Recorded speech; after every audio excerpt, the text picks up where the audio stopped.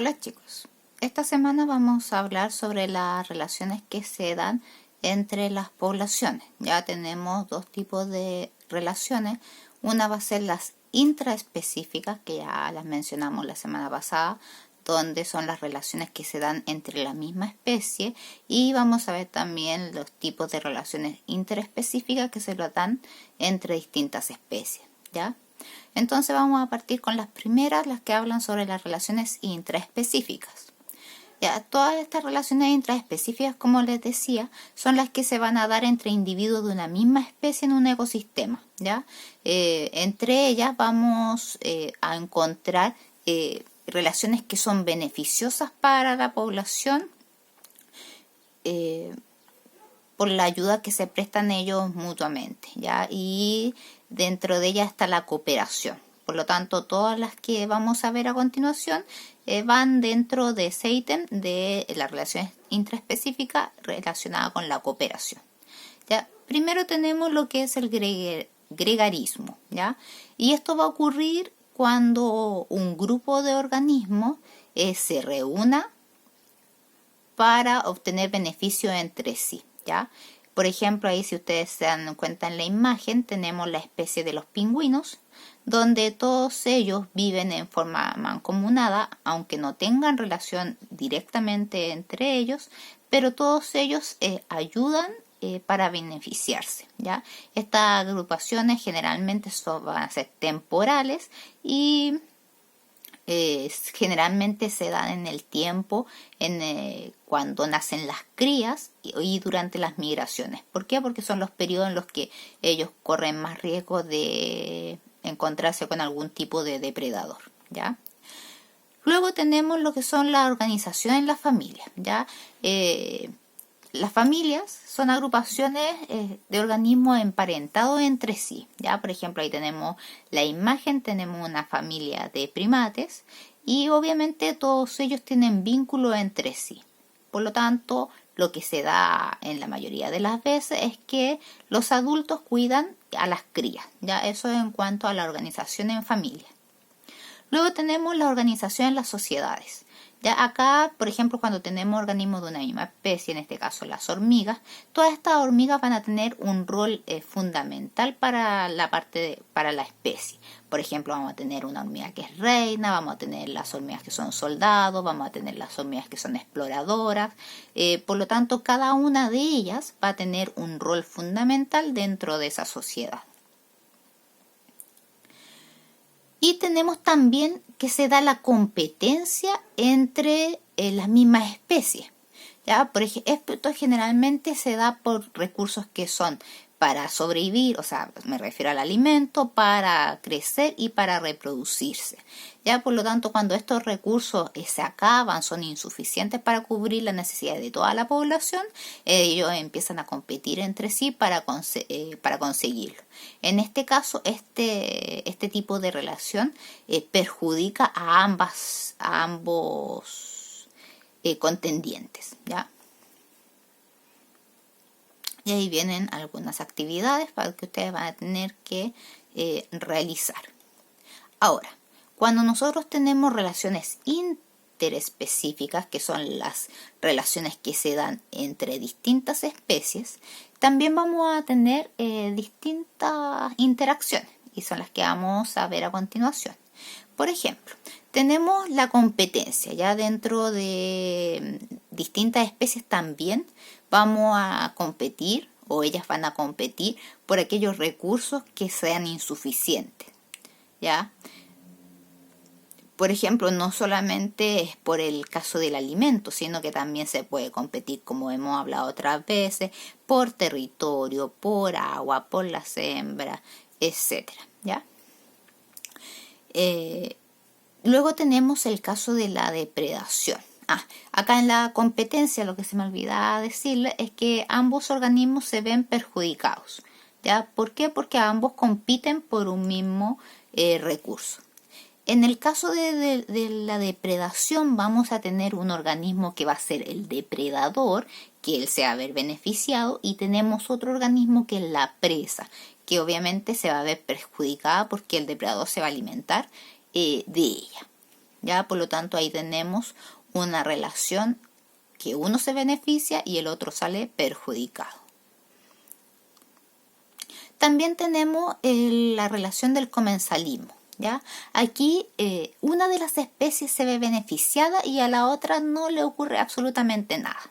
Por ejemplo, en el caso acá de los tiburones siempre están acompañados de estos peces que se llaman rémoras, ¿ya? Estos peces se alimentan de los desechos que va botando el tiburón cuando se alimenta. Por lo tanto, aquí los beneficiados son estos peces y al tiburón no le pasa absolutamente nada. En el caso del mutualismo, aquí esta es una relación de cooperación entre dos especies, ¿ya? Ambos se ven beneficiados. ¿Ya? Por ejemplo, tenemos acá este animalito que tiene unas aves encima. Entonces, las aves se benefician porque se comen los ácaros que tiene este animalito sobre sí. Y el animalito se ve beneficiado porque estas aves lo limpian, ya de alguna u otra forma. ¿Ya? Eso en el caso de mutualismo. Por lo tanto, en este tipo de relación, ambas especies se ven beneficiadas. Tenemos también el caso del parasitismo, ¿ya? Aquí también vamos a tener una relación en que una de las especies se ve beneficiada y otra se ve perjudicada. En este caso, el parásito se ve beneficiado y el huésped es el que se ve perjudicado, ¿ya? Por ejemplo, en el caso de los animales, el perro sería el huésped, por ejemplo, de las pulgas o de las garrapatas, ¿ya? Y en este caso, la pulga o la garrapata sería el parásito que se está alimentando del perro. Luego tenemos otra relación que es la simbiosis, ¿ya? Es una relación de mutualismo, por lo tanto, aquí una especie no puede vivir si no está la otra. ¿Ya? Por ejemplo, el caso de los líquenes, lo habíamos hablado la clase pasada. Los líquenes es una mezcla de alga y hongo, ¿ya? Por lo tanto, si el hongo muere, el alga no puede vivir sin él. Y viceversa, si el alga muere, el hongo tampoco puede vivir sin él. Por lo tanto, esa es la simbiosis. Ambos se ayudan, pero uno no puede vivir si no está el otro. Y aquí tenemos algunas actividades. Ahí yo le indiqué con las palabras que tienen que completar, con las oraciones que tienen que completar. Y ustedes ahí escogen cuál corresponde a cuál, ¿ya? Ahí también tienen que completar. Y para llegar a lo que son las adaptaciones de los seres vivos, ¿ya? Todas las especies van a tener distintos tipos de adaptaciones que les van a permitir poder crecer, poder reproducirse, ¿ya? Por lo tanto, las vamos a clasificar en 3 tipos. Vamos a tener las adaptaciones que son morfológicas, ya que son características anatómicas, o sea, formas que tiene el cuerpo de distintas especies, ¿ya? Por ejemplo, tenemos acá el cuerpo fusiforme y las extremidades en forma de aleta de los peces, ¿ya? Estas adaptaciones obviamente son para vivir en un medio acuático. Luego tenemos las adaptaciones que son fisiológicas o funcionales, ¿ya? Que tienen relación con el buen funcionamiento de los órganos y de los sistemas de cada especie. Por ejemplo, tenemos acá la imagen de un pez y se muestran ahí las branquias. Las branquias, ustedes saben, sirven para filtrar el agua y por lo tanto extraer el oxígeno que está disuelto en ella. Y tenemos las conductuales, ya que son características que son comportamientos que aparecen de forma innata en cada una de las especies. Por ejemplo, tenemos aquí este pez que salta fuera del agua cuando percibe la presencia de algún depredador, ¿ya? Y así el depredador no lo va a poder capturar. Y ahí vienen actividades en las cuales ustedes tienen que obviamente aplicar lo que les acabo de explicar. Luego tenemos que diferenciar entre dos conceptos, ¿ya? Concepto de hábitat y de nicho ecológico. Entonces, el hábitat, para diferenciarlo, va a ser el espacio físico donde vive una especie, ¿ya? Obviamente va a tener todas las condiciones necesarias para que estos individuos puedan vivir y reproducirse en ese lugar. En cambio, el nicho ecológico es el rol o la función que tiene esa población dentro de una comunidad, ¿ya? Por ejemplo, las abejas tienen la función de polinizar las flores, ¿ya? Por lo tanto, ese es su rol y ese es su nicho ecológico, a diferencia del hábitat, que el hábitat es el lugar donde ellos van a habitar.